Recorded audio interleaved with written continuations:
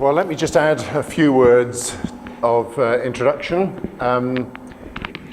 I was born in India, and my parents were church planting in a part of India where to church plant meant that you would have a series of conversations with people in a village, and they would have conversations with each other, and over maybe a 6-month period, they would make individual but joint decisions about whether or not they were all going to become Christians, because they work as a community.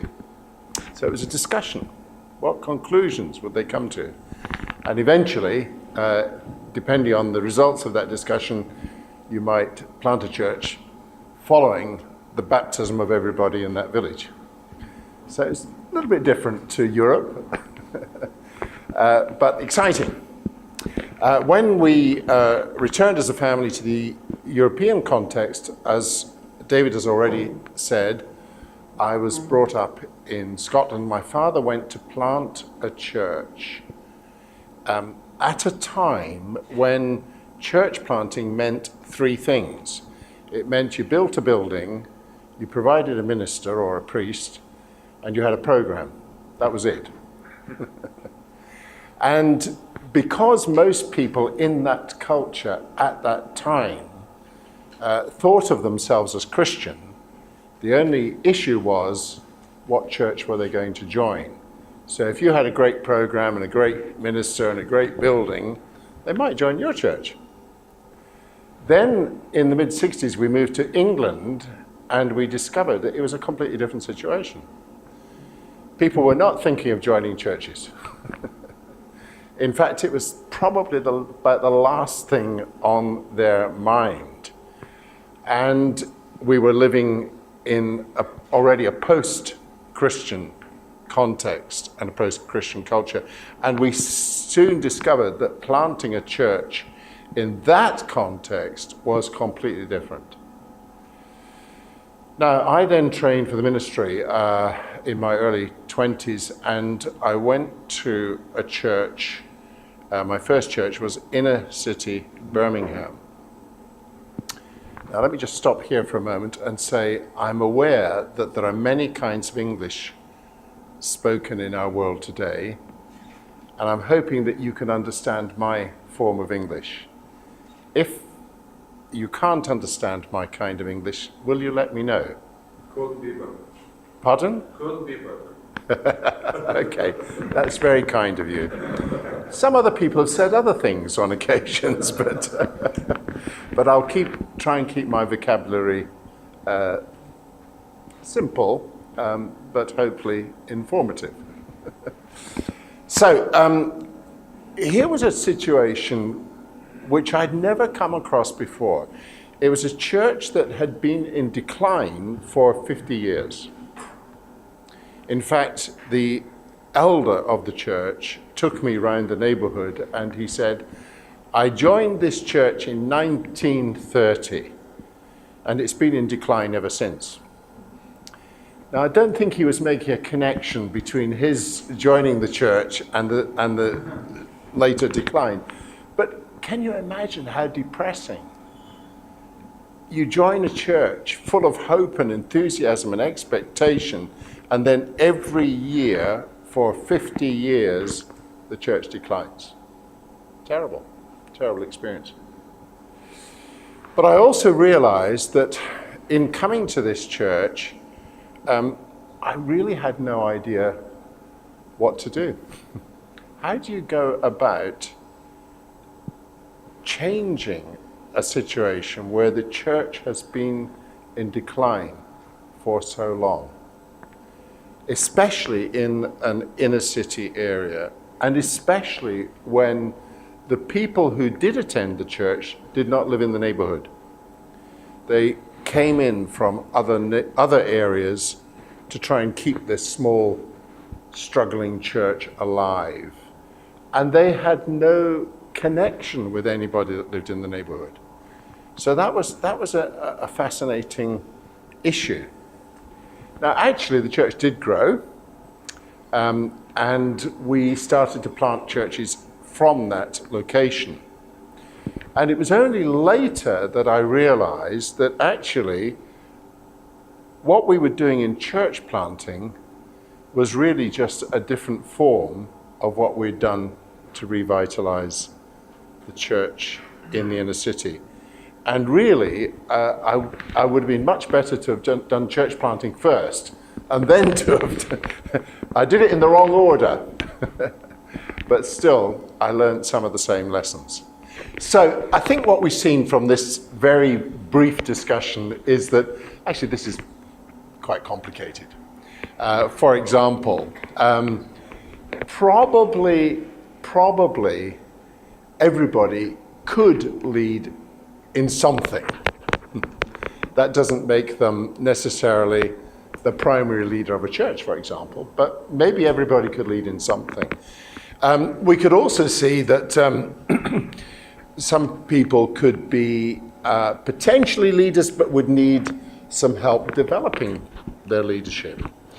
We could also see that somebody who's a really great leader in one context might actually be quite a poor leader in another context.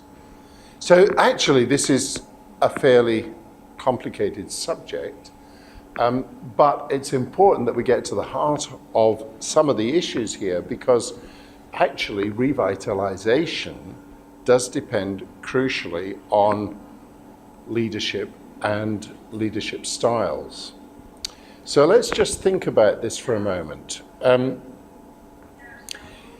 Certainly Jesus has quite a bit to say about how we engage our leadership, how we use leadership. You remember the discussion that he had with his disciples, where their mothers, the mothers of his disciples, wanted to know, what about the position of my boys? Good Jewish mother. What's the future for my boys? Are they going to be on the right hand and the left hand? What's the future? And Jesus had something very important to say, didn't he? He said, you know that amongst the Gentiles and the Jewish leaders, some lord it over others, and that very crucial little phrase, not so among you. Not so among you. Powerful words. Setting a completely different style about the nature of leadership. And then just a short few days later, he emphasized that point because he washed their feet. Shocking thing to do. Because that was not just the task of somebody who was not a leader. It wasn't even the task of a servant. It was the task of the lowest of the servants. Oh, it was an amazing thing to do. And it was deeply connected with the point he was already trying to make about leadership. So I think what we could conclude from many of the things that we see in the New Testament is that leadership is usually plural, that is to say, it's usually shared. Secondly, leadership is about serving others. And thirdly, nearly everybody could lead in something, but some are called to a kind of primary leadership role. Now, one of the ways in which we can think about that primary leadership role is to turn to the Ephesians 4 passage, and you'll know that in that passage you have talk of 4 kinds of leadership gifting, ministries.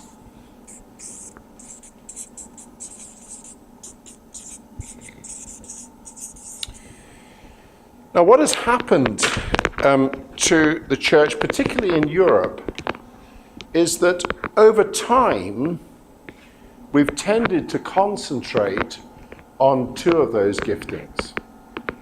We've tended to concentrate, well, what would you suggest? What giftings out of those five, pastors and, well, I would argue teachers actually, that amongst local church leadership, that's been the most valued quality, pastors and teachers. Now, it's not an accident that has happened. It's because we went through a period of time where Europe was largely Christian. Now, when a situation is largely Christian, what do you need in a situation like that? You need people to care for those who are Christians, pastors, and you need those who are going to teach those who are Christians to be better Christians, teachers. And so the primary gifting that was valued because of the context was pastors and teachers. Now, what also happened, at least in those countries where there was a lot of theological education, those who were going to be selected for leadership were chosen on the basis that they might be good pastors and teachers. And so you have a system developing where you're trained to be better pastors and teachers, but you're also selected because you have that potential gift. And so what happens is that we arrive at a situation where actually that is the only way in which we understand leadership. Are you a pastor? Are you a teacher? Preferably, are you a pastor-teacher? So the question arises, did God stop creating apostles, prophets, and evangelists? Very good. Okay, well, I'm going to give you my answer. I don't think he did. But the question is, what then happened to these people? What did the church do with people who became apostles and prophets and evangelists? What did the church do with them? Any ideas? What do you think happened to people with these kinds of giftings? In Europe. In Europe, yeah. What do you think we did with them? What do you think we did with them? Some But- churches distorted. Yeah, go and plant a church somewhere else. I think they moved to the world, their business, their private career. Yep. So some of them went as missionaries overseas.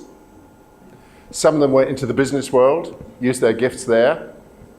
Do you know, I have talked to many, many business people in Europe who said to me, I felt a call to the ministry, and I offered myself for ministry, and my denomination, my church, said no.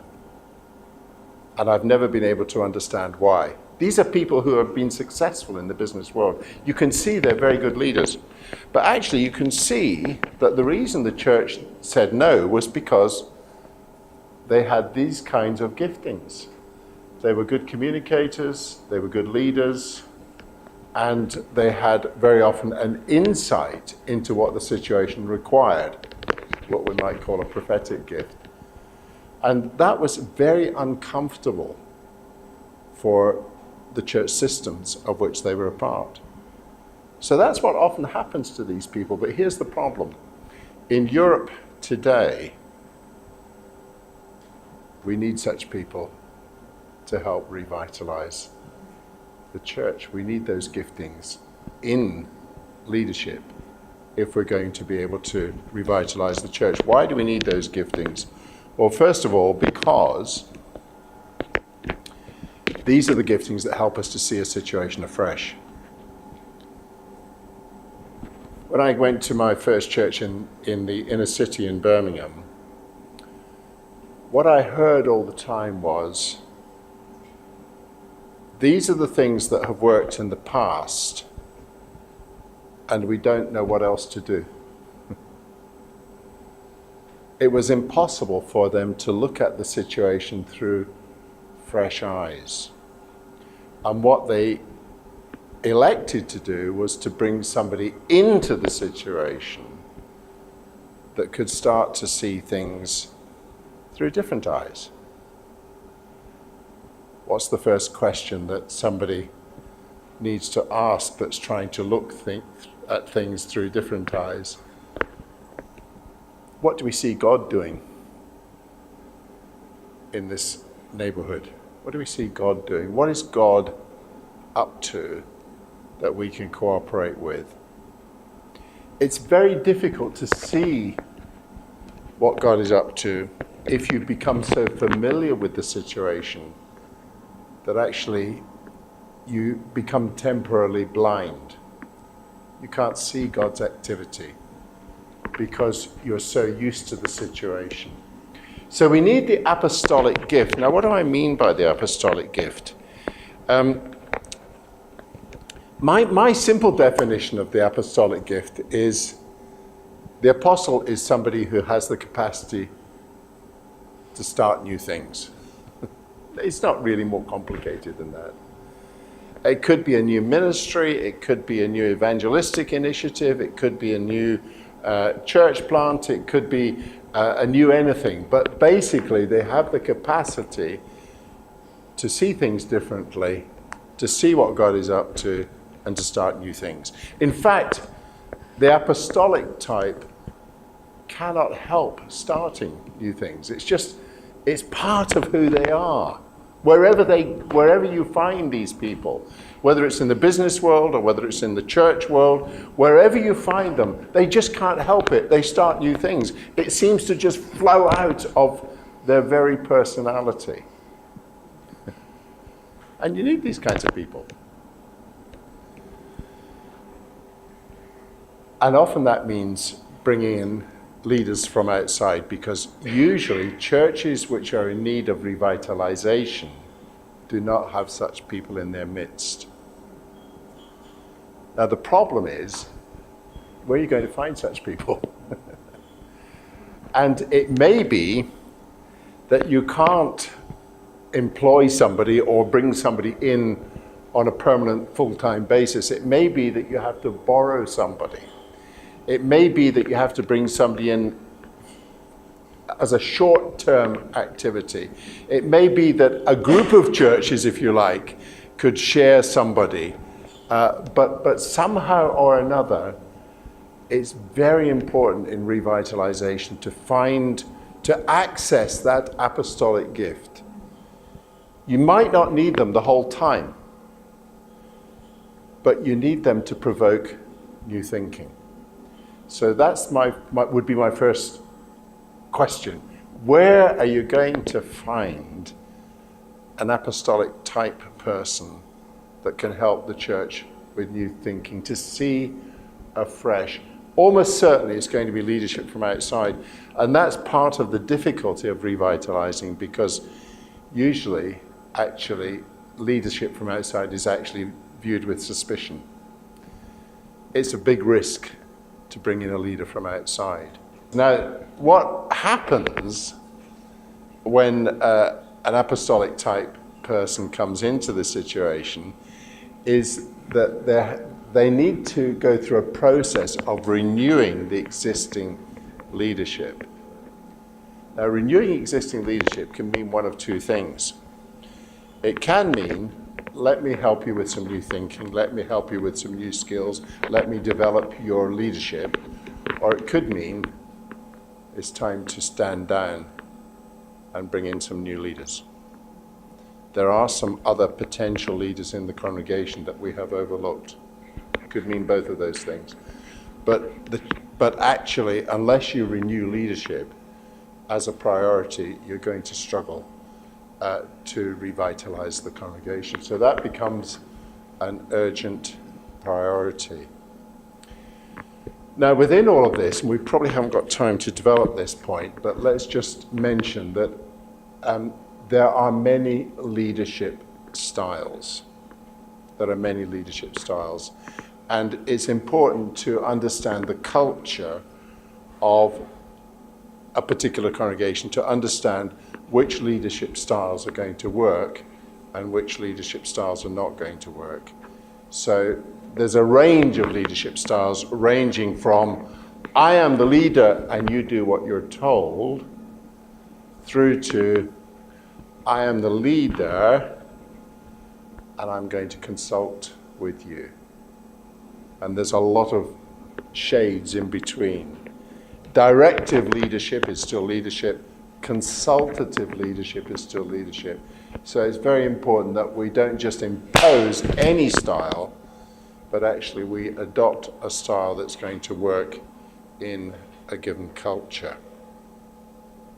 As you know, Europeans in the West, Western Europeans, are much more likely to execute leaders who appear to be too domineering, as compared with, for example, an African style where they look for a strong leader. So there's various different styles, and none of these styles is either right or wrong. They are appropriate for the particular culture that we face. Okay, so in conclusion with this slide, we're simply saying the first issue in revitalisation is the issue of leadership. As we've seen from our quick discussion, it's not a simple issue, but it does revolve around where are we going, how are we going to broaden the leadership style in this church. The church has probably got some good pastors and teachers, but how are we going to bring something fresh that's going to allow the congregation to see with new eyes? Okay, so let's just think about we're talking about team, and we're talking about, well, what does team look like? And again, there's not a lot of time to develop this, but what I would want to say is that it takes time to develop a good quality team. There's no shortcut. It just takes time. And one of the issues that comes up as you spend time with each other, developing trust and relationships one with another, is the issue of values. Now let me explain what I mean by that. Very often when I'm working with churches as an external consultant, I'll often check with them, so what's the purpose of this church? Why are you here? That's the first question. Why are you here? What are you trying to accomplish? What would that look like in, let's say, the next 3 years?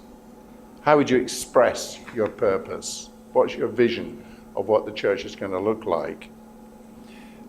What are your values? And I'll come back to that in a second. And out of that, what goals are you going to set for the next 6 months, and what plans are you going to make to accomplish those goals? So that's a kind of very basic framework for leading a church through revitalisation. But actually, it's this area that's the most important and the most difficult to understand. Because what you'll often find in churches that are in conflict, or churches that are having difficulty getting unity in the team, is that they might well agree on this. Yeah, we agree on our purpose, we agree on our vision, we agree on our goals, we agree on our plans, but we've still got disunity. And it's often because there's a clash of values. So what do we mean by values? You can get at somebody's value by asking the question, what really matters to me about this church is? Okay, this is not to do with thinking, it's to do with the gut. What really matters to me? What do I feel passionately about? So I went to a church once that had grown very quickly. It had grown from 35 to 350 quite quickly. And they called me in because they were stuck. They had a big conflict. They had a big leadership team, 15 people in the leadership team. So I had the leadership team in the room and I asked them this question. Finish the sentence that begins, what really matters to me about this church is. Finish the sentence for me. And do you know, I got 15 different answers. What really matters to me about this church is the youth.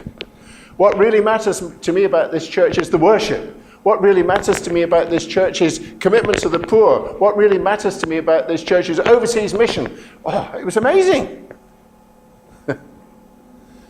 none of these answers were bad. They were just different. And because they didn't understand the values that each of them had, whenever it came to deciding priorities, how are we going to spend our money, what are we going to do, where are we going to focus our attention, there was always a tension and a conflict. So we need to be able to negotiate our values. Actually, we can embrace lots of different values, but we need to understand what they are. So they need to be out on the table. What's really driving your people? What are they really passionate about? It's quite an important part of building the team. So in other words, what we're really saying is that team is vital in revitalisation, just as leadership is vital. Team is vital, but building the team takes a lot of time. You're trying to build relationships. You're trying to build trust. And that means doing much more than just business together.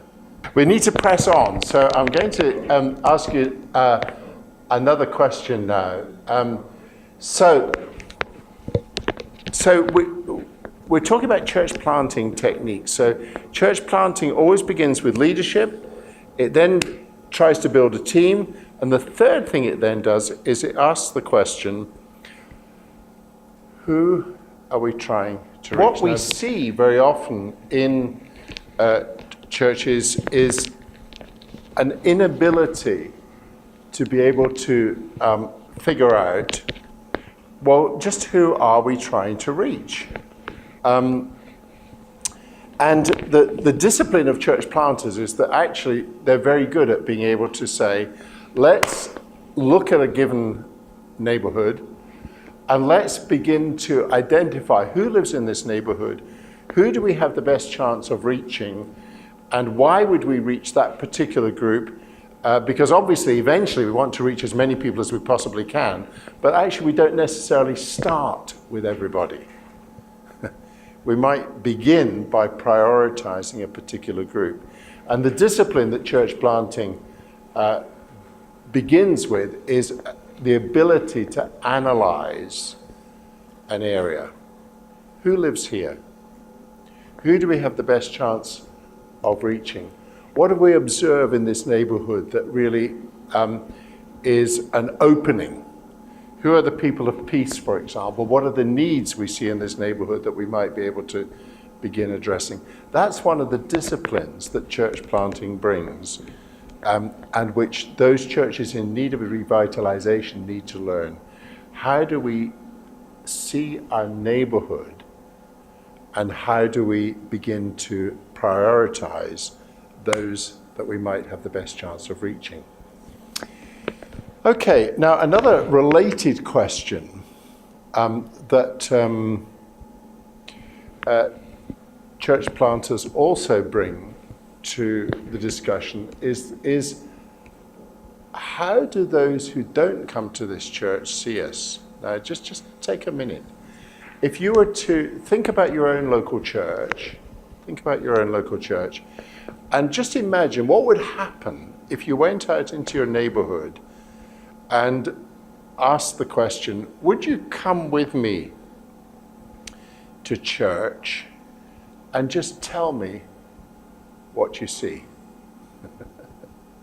I've got a friend who was doing some work with the church, and he actually paid people to come to church, not because he was trying to convert them, but he just wanted to know how they saw the church as complete outsiders, as complete non-Christians. So it was an exercise. It was a research piece, and the deal was, I'll pay you so much money, but I want you to observe the worship service and then tell me what you think.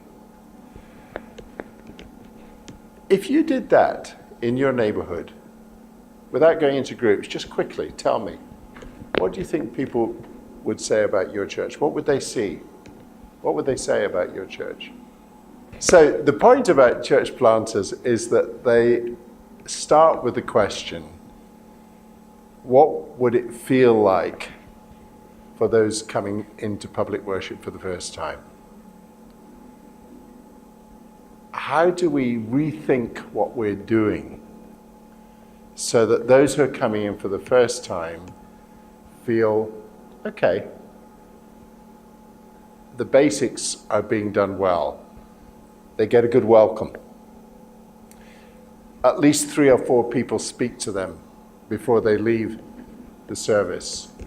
That actually they get the sense that this is a place where prayer is taken seriously. That actually there's a word of explanation about what's actually happening now. When do we sit down? When do we stand up? What's going on? And suddenly, a signal happens, and suddenly everybody's doing something. I don't know what I'm doing. What's going on around me?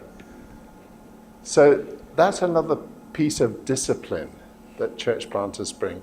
They have the ability to think about the worship service, the experience of those who are coming for the first time, from the point of view of the outsider, not from the point of view of the insider.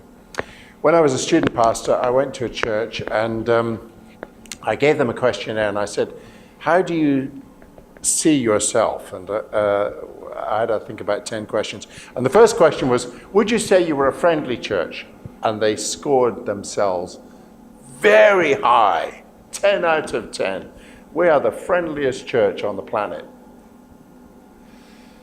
Do you know what my experience was as an outsider coming in? At the end of the service, everybody just spoke to each other. My wife and I were left standing speaking to nobody. Of course, they scored themselves very high on friendly because they were very friendly with each other. But there was no welcome to anybody else. So they had to learn how to see themselves from the point of view of the outsider. So last discipline from the church planters, and it's what I call changing the conversation. So if I were to ask you the question, thinking about your local church and thinking about the neighborhood, what kind of conversation goes on between your church and the neighborhood? Do you know, most churches which are in a revitalisation process, the only conversation they have with their community is something like this. They ask of their community the question, why don't you come to our church? Now, that's not much of a conversation, is it? So the issue is, and this is what church planters are very good at, they're very good at generating or changing the conversation. So let me give you an illustration of this. The church I'm presently a member of, about 2 or 3 years after we started, we realized that actually most people in the neighborhood had no idea that we were even in existence. We met in a community center, we were a little bit invisible. We were actually operating the community center, but we were still quite invisible. So we conducted a survey in the neighborhood, and we asked the question, what do you think are the greatest needs in this neighborhood? And the top 3 that came back, it would be different in your neighborhood, but the top 3 that came back in our neighborhood was 1, there is no children's playground in this neighborhood. Wow, we had not noticed that. 2, there's nothing for young people to do. 3, there's nowhere for us to meet our friends for conversation. Wow, interesting. And so the first thing we did was we mobilized the community in raising funds to build a children's playground because we had some space next to the building. And we built a children's playground with the community's money, actually. All we did was we provided the space and mobilized their help. That immediately changed the conversation with the neighborhood. Wow, you did this. This is amazing. Why would a church do this? You didn't do it for yourselves, you did it for the community. That's amazing.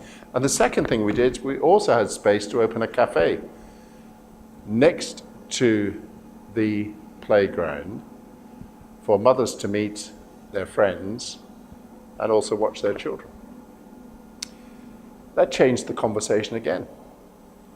And then we also provided some youth work based on the building. So actually, what had gone from a situation where nobody knew we existed and there was no conversation began to be a really interesting conversation between our church and the community. So how do you change the conversation with your community? And key in that is to find the people of peace. Now, I'm sure you've explored the people of peace before. Is that a familiar term? Yeah, a lot of you have explored that, so I won't say anything about that. But developing a conversation, and then out of that conversation, beginning to build a strategy for growth out of awareness of needs. That's a really key way of beginning to see the church grow again. So these are some simple insights, if you like, from church planting disciplines.